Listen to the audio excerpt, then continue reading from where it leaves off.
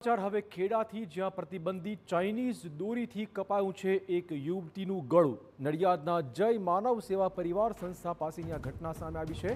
પ્રતિબંધિત એવી ચાઇનીઝ દોરીથી ગળું કપાતા યુવતીને ગંભીર ઈજા પહોંચી છે. એક્ટિવા ચાલક યુવતીના ગળામાં અચાનક જ આ દોરી ફસાઈ ગઈ હતી. યુવતીના ગળામાંથી લોહી નીકળતા તાત્કાલિક હોસ્પિટલ ખસેડાઈ છે.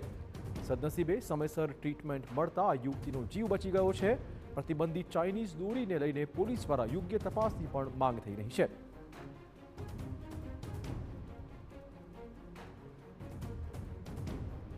તો ચાઇનીઝ દોરીનો ઉપયોગ થઈ રહ્યો છે એ વાતની સાબિતી છે, કેમ કે આ યુવતીનું ગળું કપાયું. વધુ વાત કરવા જોડાશે અમારા સંવાદદાતા ધર્મેન્દ્ર, શું વધુ અપડેટ?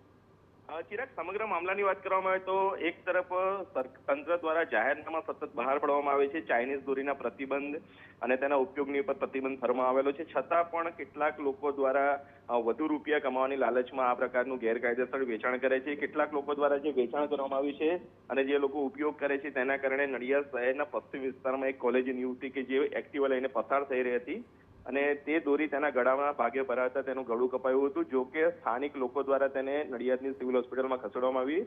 સમયસર સારવાર મળતા તેનો જીવ તો બચી ગયો છે, પરંતુ તંત્રની ઉપર હવે પ્રશ્નો ઉપસ્થિત થઈ રહ્યા છે કે જે પ્રકારની ઘટનાઓ ઉત્તરાયણના 2 મહિના પહેલા જ બની રહી છે, તો આ જે પ્રતિબંધ છે તેની કડક અમલવારી થાય તે પ્રકારની જોવાની જવાબદારી હવે તંત્રની છે. જી ધન્યવાદ ધર્મેન્દ્ર, તમામ જાણકારી બદલ. નડિયાદના જય માનવ સેવા પરિવાર સંસ્થા પાસેની આ ઘટના, યુવતી હાલ ટ્રીટમેન્ટ લઈ રહી છે.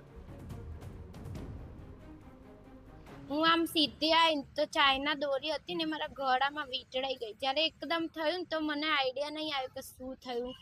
જ્યારે લોહી ને બ્લડ નીકળવા માંડે ને તો મને જેવી વાગી ને એવી મેં દોરી પકડી લીધી ને દોરી મેં જોઈ બી ખરી પકડીને કે ચાઇના દોરી હતી, જે પ્લાસ્ટિકની દોરી આવે છે ને એ દોરી હતી.